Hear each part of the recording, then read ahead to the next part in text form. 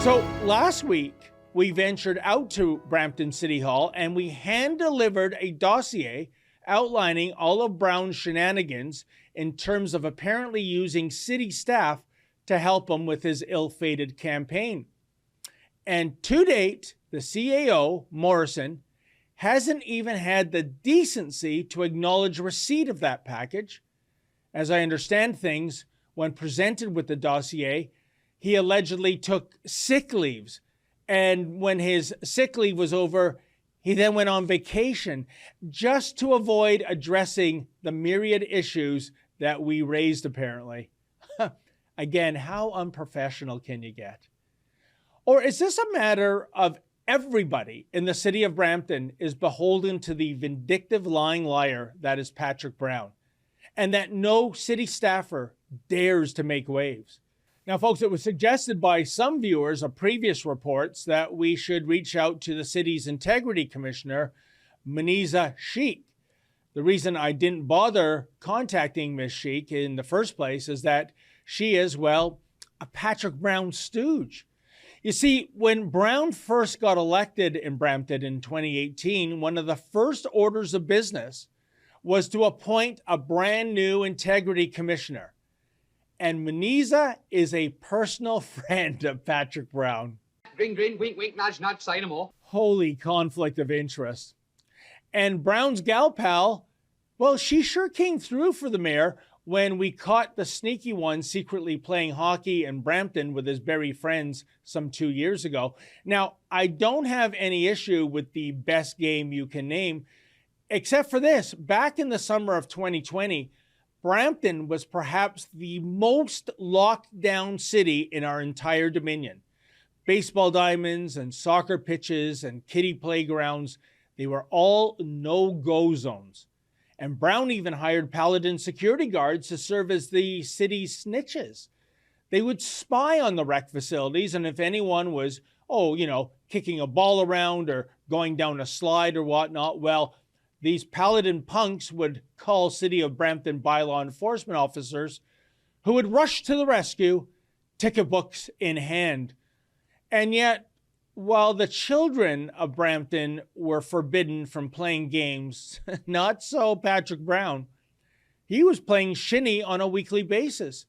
Check out our infamous video footage when we caught Mayor Brown crimson-handed. Well, folks, we're getting the bum's rush.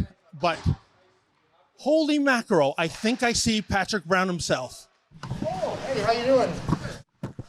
Mr. Brown, right? Yeah. David Menzies with Rebel News.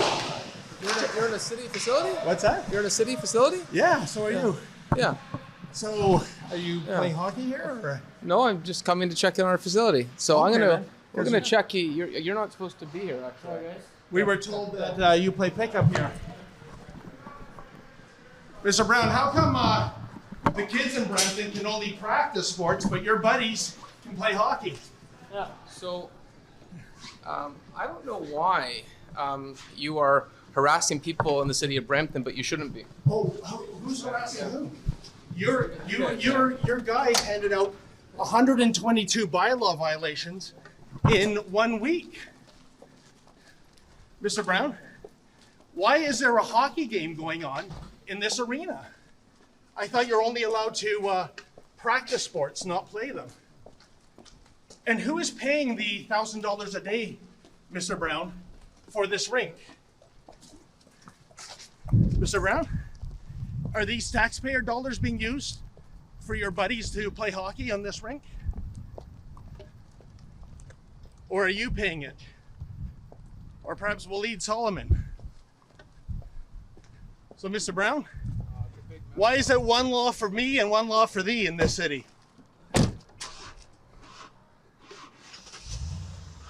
Mr. Brown?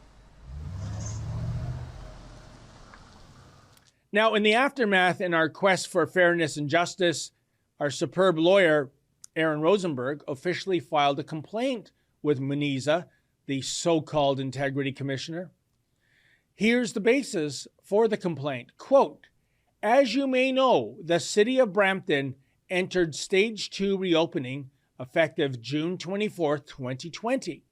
Ontario's Stage 2 reopening limited indoor sports and recreational fitness activities to use by a business or organization to train amateur or professional athletes or to run amateur or professional athletic competitions.